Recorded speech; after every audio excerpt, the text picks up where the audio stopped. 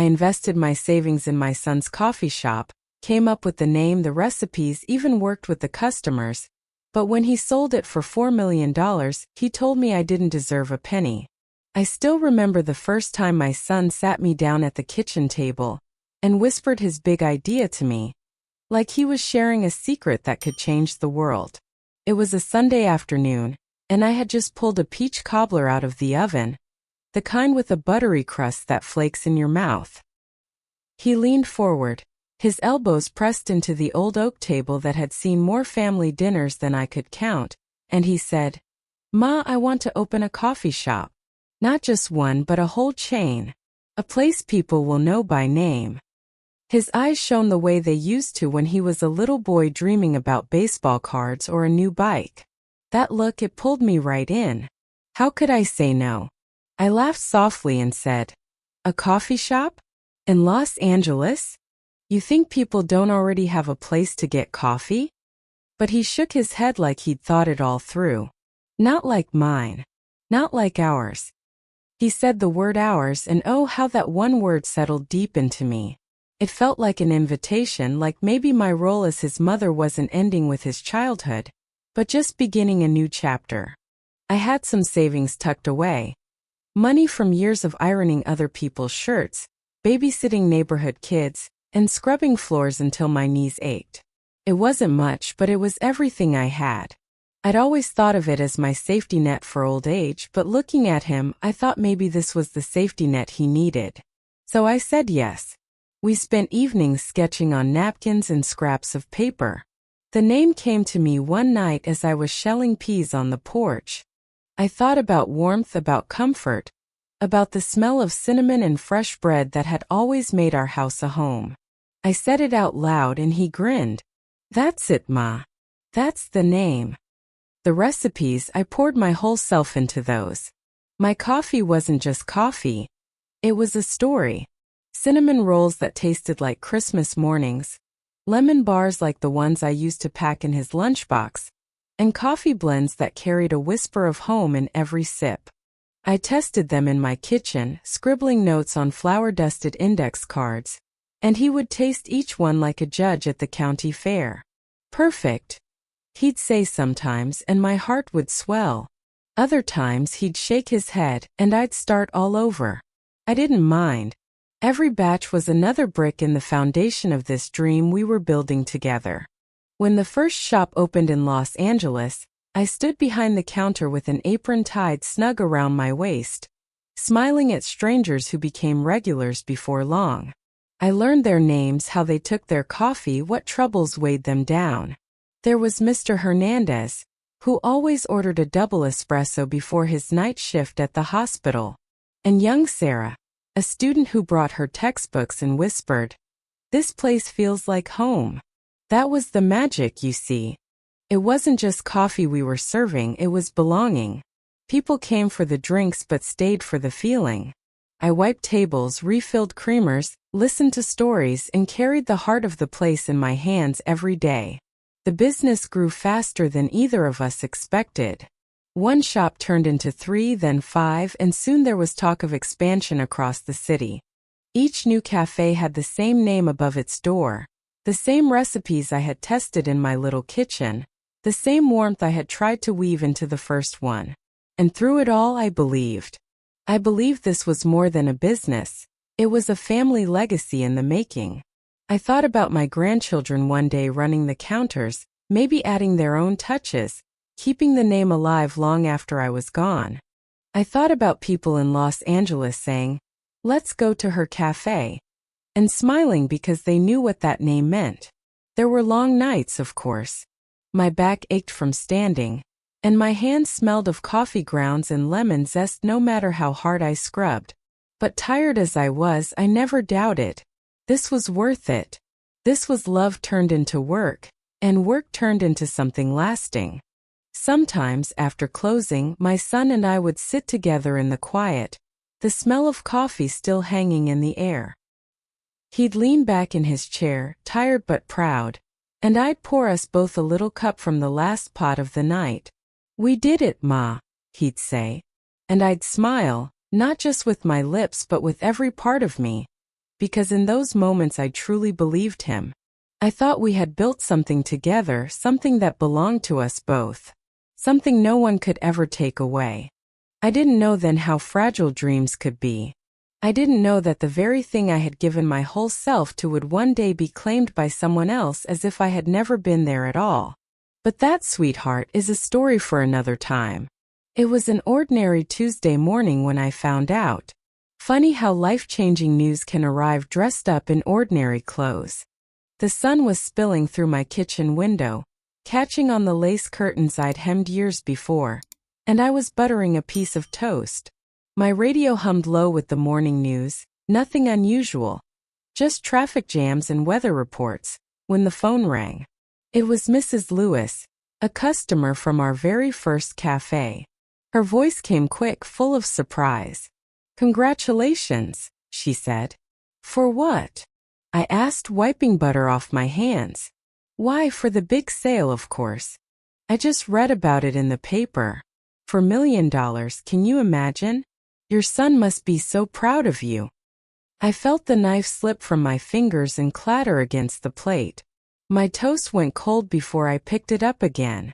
I hadn't heard," I said, though the words barely made it past my lips. "For $1 million. Sold. Just like that." When I hung up the phone, I sat there a long while, staring at the pattern in the tablecloth as if the stitches might rearrange themselves into an explanation. My heart beat slow and heavy the way it does when you've walked too far uphill. I thought maybe it was a mistake, a rumor. Surely he would have told me. Surely he would have looked me in the eye and said, "Ma, we've come this far, and now it's time to take the next step." I folded the paper that came later that afternoon with shaking hands. There it was, printed in black and white. Local coffee chain acquired in multimillion-dollar deal. There was a photograph of him, my son, shaking hands with a man in a suit I'd never seen before. His smile was wide, polished, the kind people practice in mirrors. My name wasn't there. Not even once. Still, I told myself he must have been busy. These things happen quickly, don't they? Business deals, contracts, meetings in tall glass buildings. Maybe he planned to come by later, bring a bottle of champagne, and we'd toast together. After all, hadn't I been there from the first pot of coffee brewed in that scratched-up percolator? Hadn't I wiped down those counters until they shone? My hands had worked that dream into existence, and surely he remembered. That evening I made a pot roast, his favorite, with carrots and onions simmered until they melted in your mouth. I thought maybe he'd come by, sit at the table, and we'd talk it through. Every sound outside made me glance at the window, half expecting his car to pull into the driveway. But the hours passed.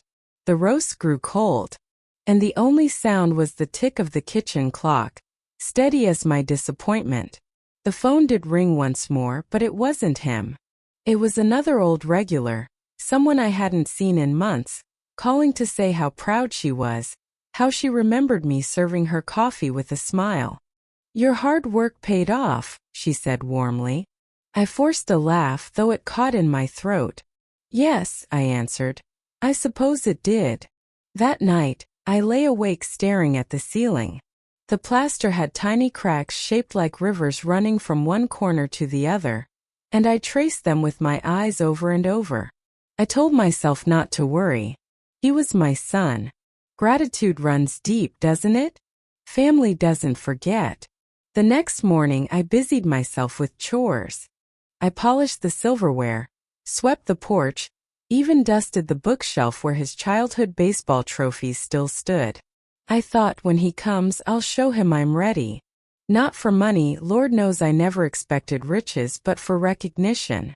A simple thank you, maybe a promise that the name, the recipes, the spirit of it all would carry on. By Thursday my hope had worn thin.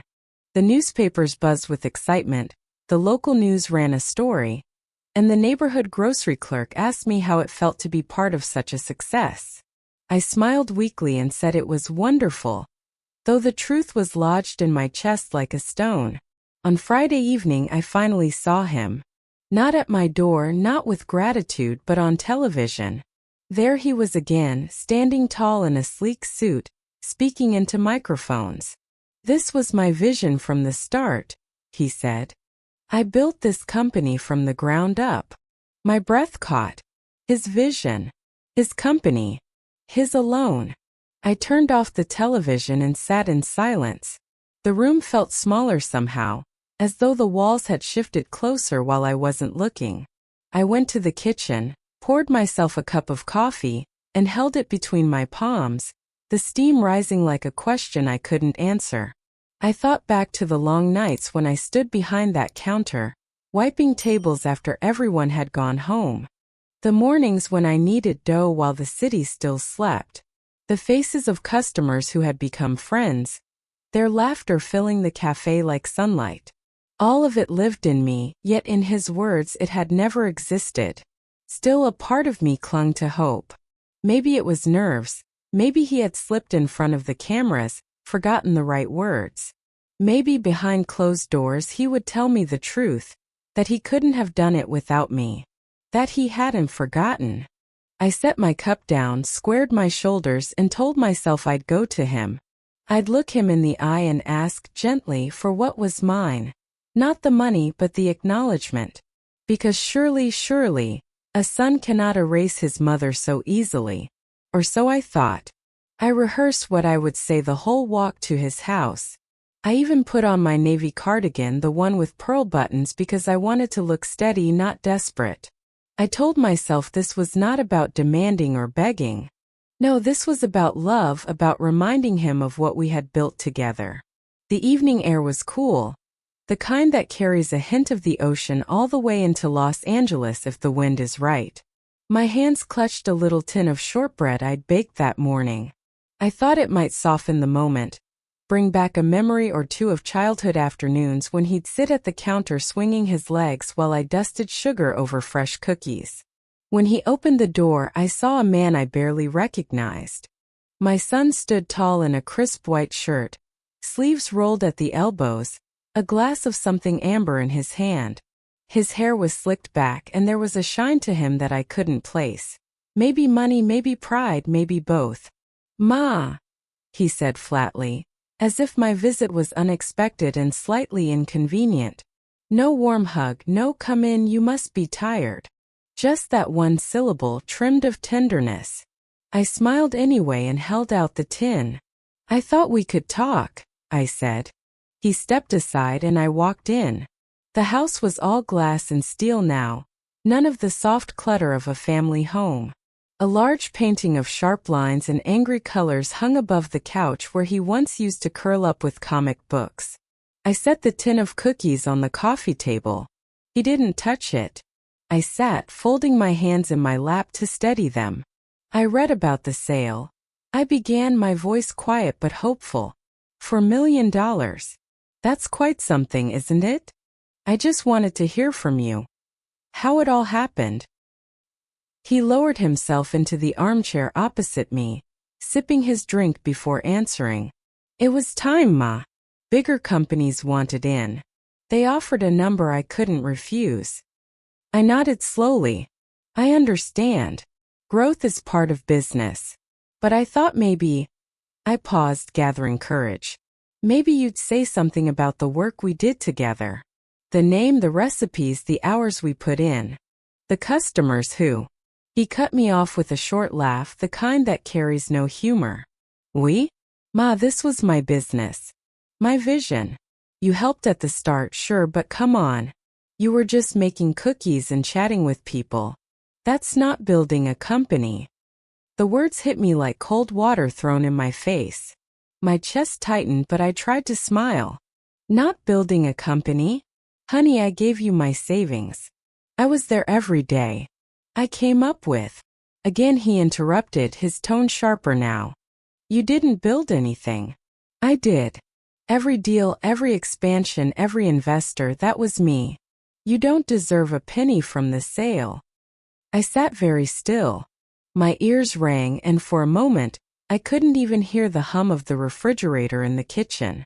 "Not a penny," I whispered. "Not a penny," he repeated, finishing his drink in one gulp.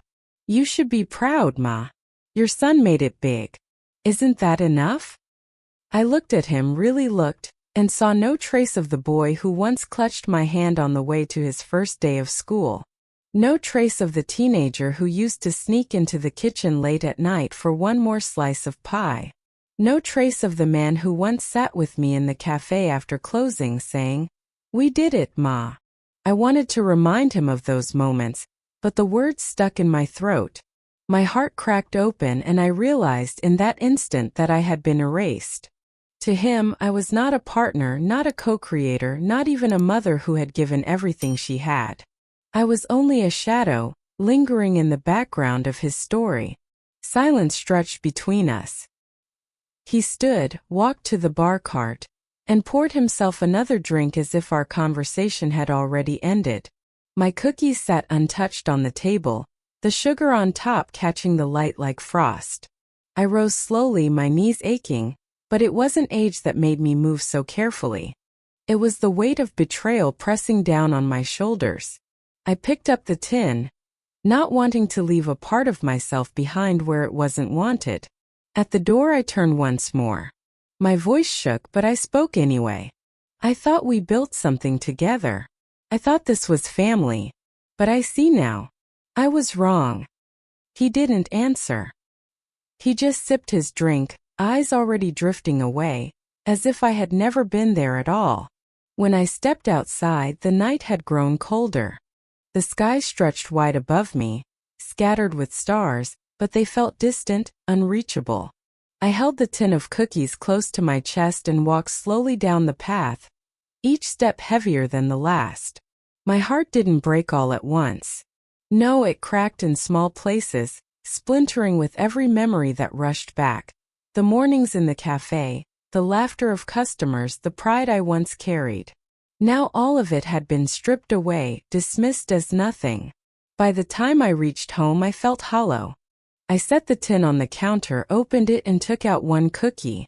It tasted sweet, but it turned to ash in my mouth. And as I sat alone at my kitchen table, I understood something I hadn't before. I had not just lost money. I had lost my place in the very dream I had given everything to build. That was the night I realized I had been erased. The days after that night with my son were the loneliest I'd ever known. You don't always notice how much you've been living on hope until it runs dry, leaving only silence in its place. I woke each morning to a house that felt too big. The kettle whistled like always, the same floral curtains fluttered in the breeze, but nothing seemed to belong to me anymore. Even my hands, the same ones that had rolled dough, poured coffee, scrubbed tables until midnight, felt like they belonged to a stranger.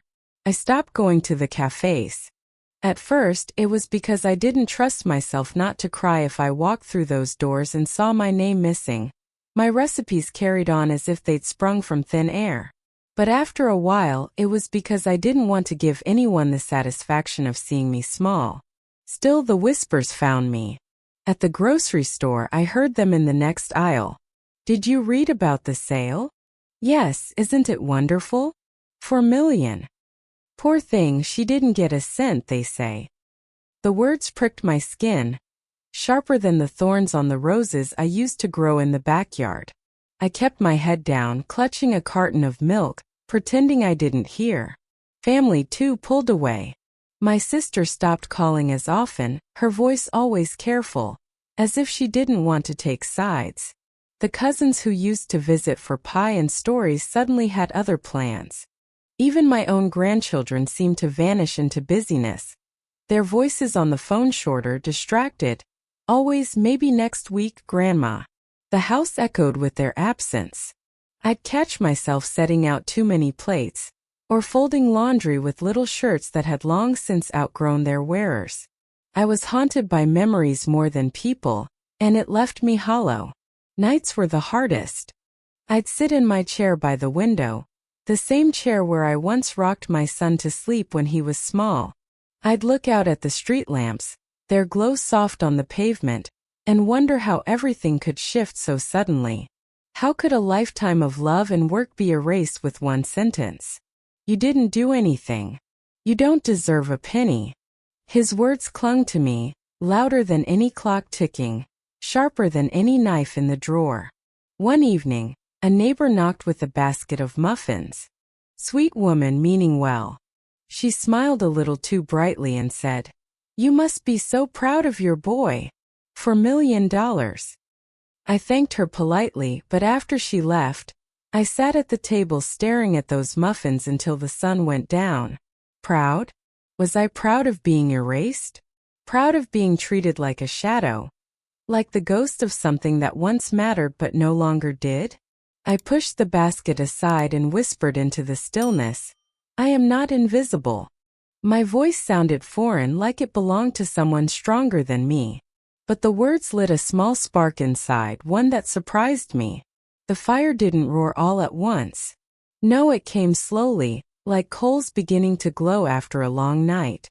It started with memories, not the painful ones but the true ones. I remembered the day we opened the first café, when the line stretched out the door and I handed steaming cups of coffee to strangers who became friends. I remembered the young couple who got engaged at one of our tables, the student who passed her exams after countless late nights studying by our window. I remembered the pride in my chest every time someone said, "Your place feels like home." My place. Those memories weren't his to erase. They were mine, stitched into my very skin. Still, the shadows pressed in. I could feel the weight of being cut out, not just from the business but from my own story. Some nights I sat in the kitchen with the lights off, listening to the hum of the refrigerator, feeling like a ghost in my own house. But ghosts don't bake bread at dawn, and they don't keep journals full of recipes written in a shaky but determined hand. No, I was still here, still breathing, still capable of more than silence. The fire in me began to whisper, "Tell your story." First I resisted. Who would listen? Who would care about an old woman betrayed by her own son? But the thought refused to leave. It followed me as I swept the porch, as I folded laundry, as I stirred a pot of soup. Tell your story. And slowly the whisper grew louder than the shame. I didn't know how or where I would begin.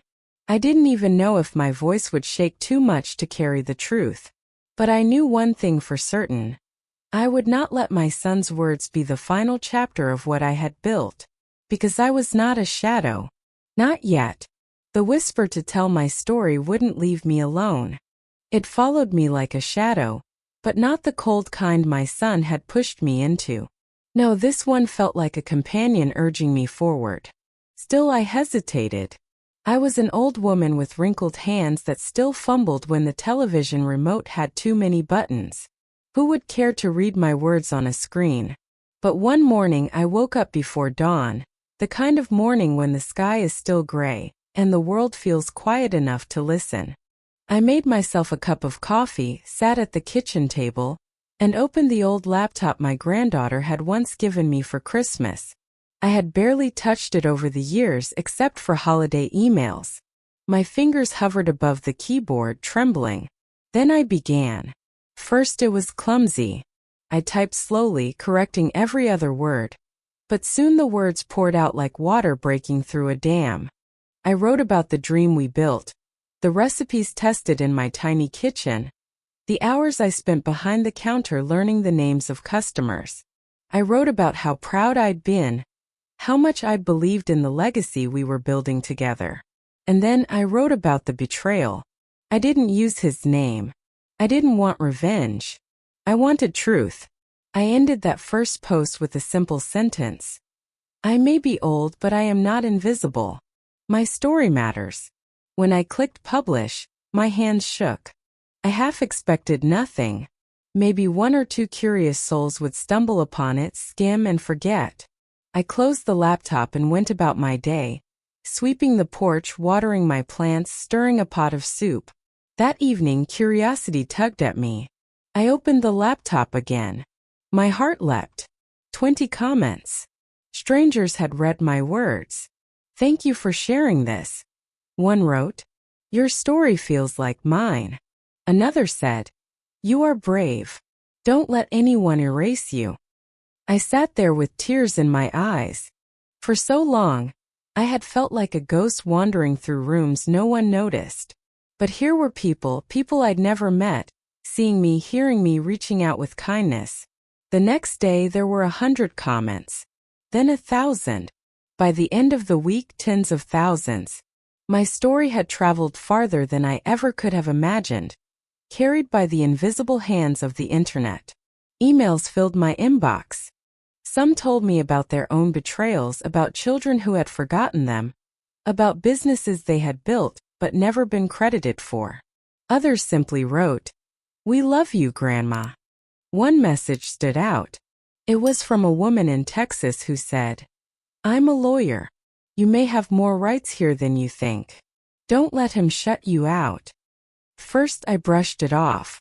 I had never set foot in a courtroom except for jury duty once in the 70s. The idea of standing up against my own son in front of strangers terrified me. But the letters kept coming from different states, from people who didn't know each other but all said the same thing. You have a case. Don't give up. The support wasn't just legal advice. Some sent poems, some recipes, some photographs of themselves holding signs that said things like, "We believe you," and "Justice for Grandma." I printed a few and taped them to my refrigerator, so that every morning when I poured my coffee, I could see their faces smiling back at me. For the first time in months, maybe years, I felt less alone. I started writing every day. Sometimes about the café, sometimes about motherhood, sometimes just about the ache of being forgotten. I didn't hide the messy parts. I admitted that some nights I cried into my pillow, that some mornings I didn't know how to stand up tall. But every time I pressed publish, another wave of kindness washed over me.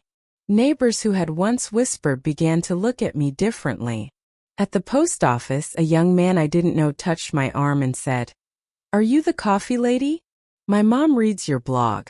She says you remind her of her own mother." Even family noticed. My sister called and said softly, "I read your story. I'm sorry I stayed quiet. I should have stood by you." It wasn't everyone. My son remained silent, his wife too. But I realized something important. I didn't need their validation anymore. I had found a new kind of family, thousands of strangers who believed me, who cared. The fire inside me grew. I began to wonder if maybe I could do more than tell my story. Maybe I could fight for it. One night, as I sat with the glow of the laptop lighting my face, I whispered aloud, "I am not just a shadow." My reflection in the darkened window stared back, tired but fierce. And for the first time since my son's cruel words, I believed it. That was the night I decided. I would not only keep writing. I would stand up. I would fight. The letters from strangers gave me courage, but it was one message that finally tipped the scales. A woman named Marjorie wrote to me, "I've practiced law for 30 years. And if even half of what you've shared is true, you deserve your share. Don't let fear silence you. Call me."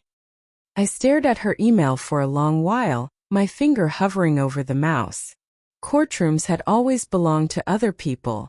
The powerful, the wealthy, the ones with briefcases and polished shoes. Not to an old woman with flour still under her fingernails from decades of baking. But I called. Marjorie's voice was calm and steady, like a lighthouse cutting through fog. "You're not alone," she said. "We'll take this one step at a time."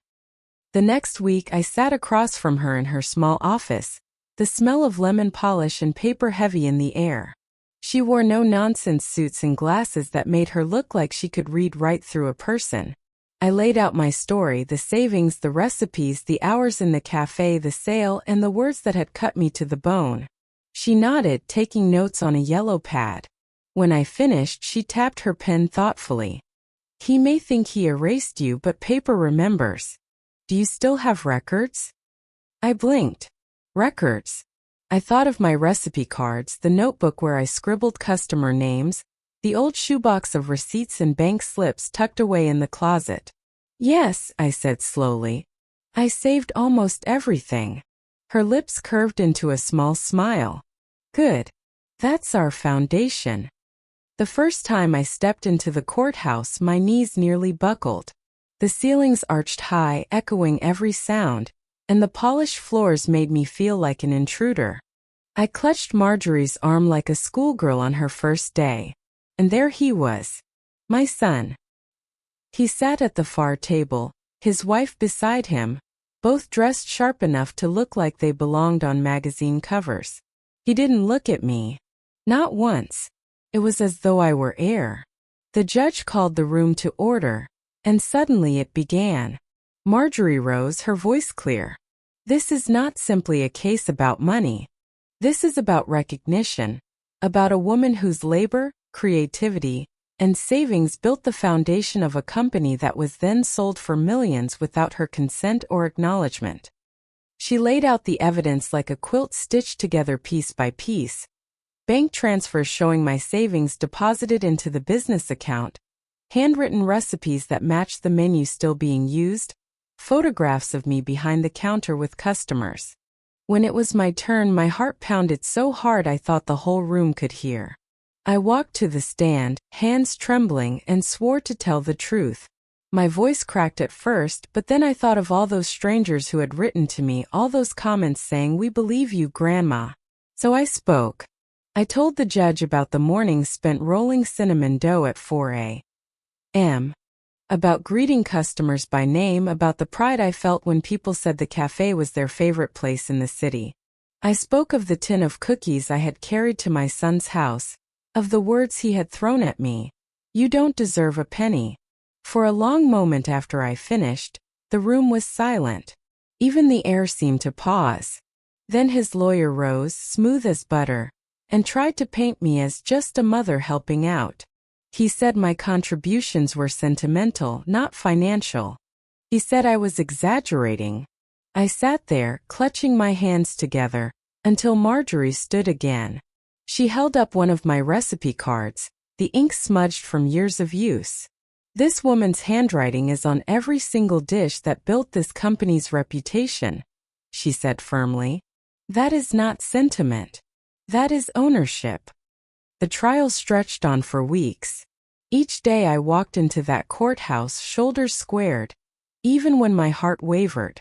Some nights I went home and cried, but each morning I rose again, ironed my blouse, and told myself, "You are not invisible.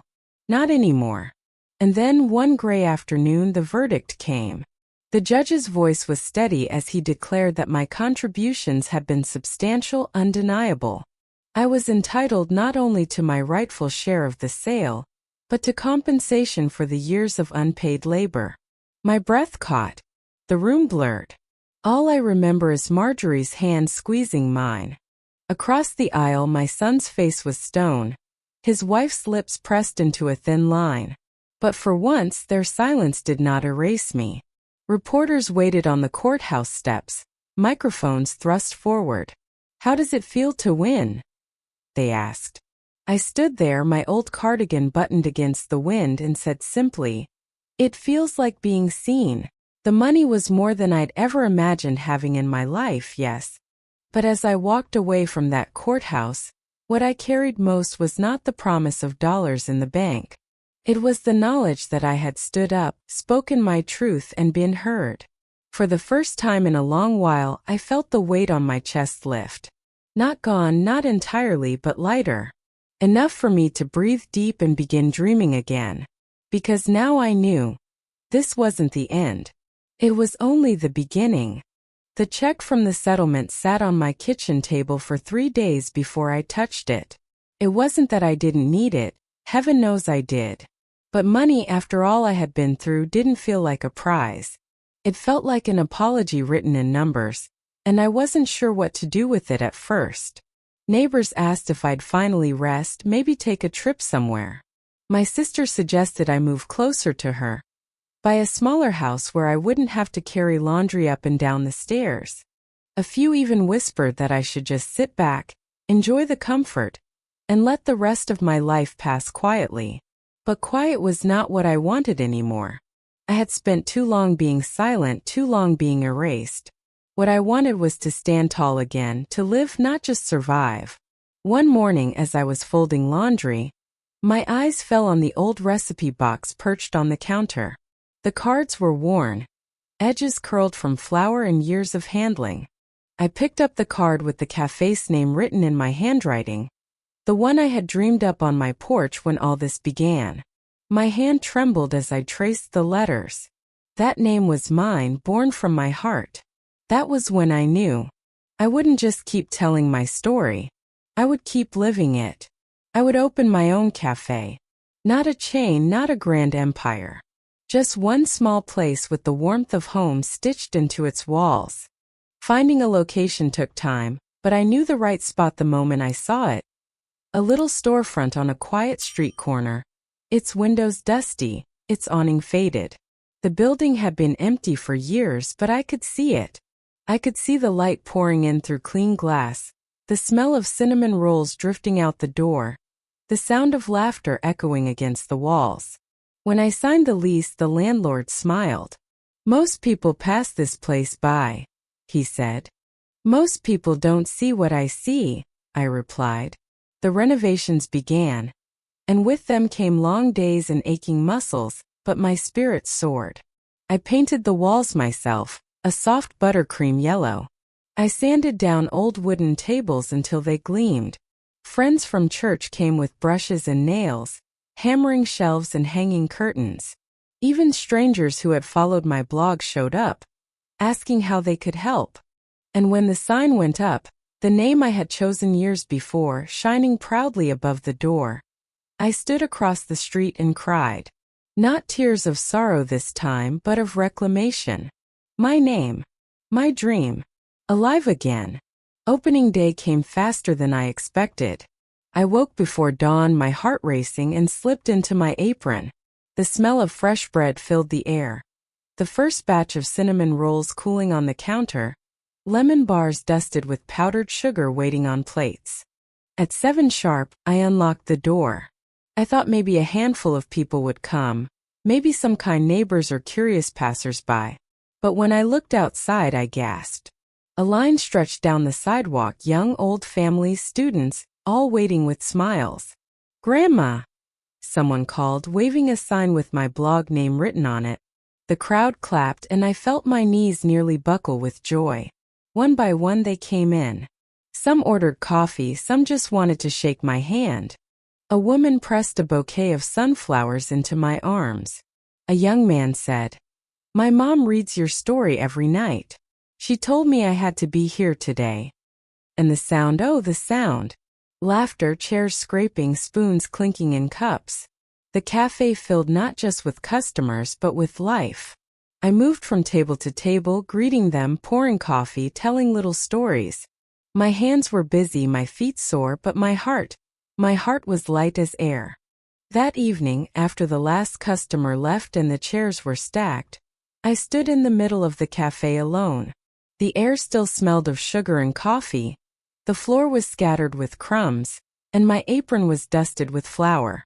I should have been exhausted, but instead I felt alive in a way I hadn't in years. I ran my hand over one of the tables and whispered, "We did it."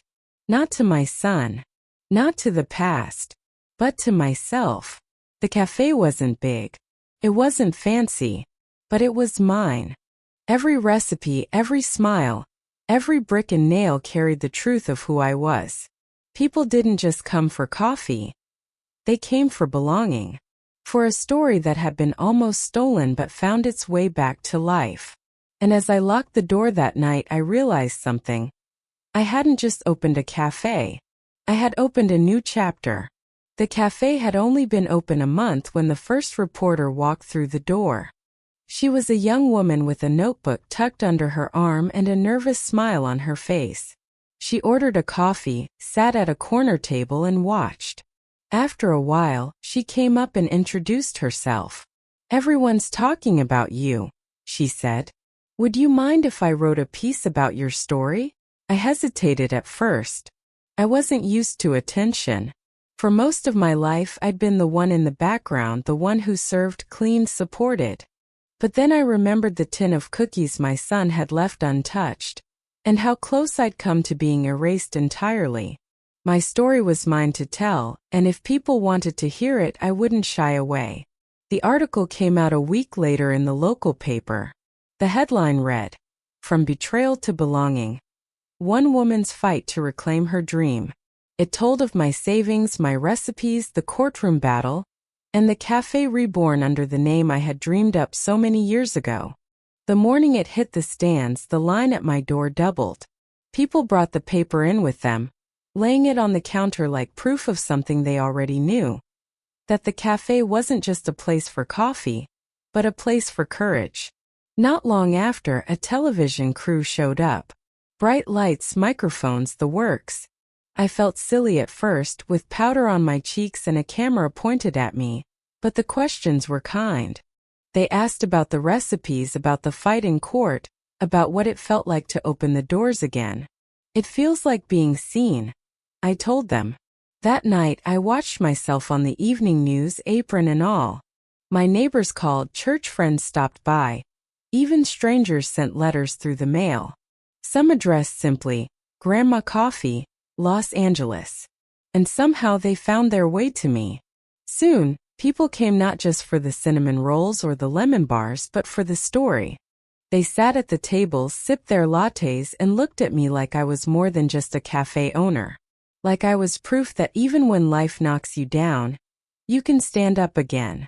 One afternoon, a young woman lingered by the counter after the lunch rush. She was shy, eyes downcast, until finally she spoke. "My father cut me out of his business," she whispered. "Told me I was worthless. Reading your story, it gave me the courage to start my own shop." I reached across the counter and squeezed her hand.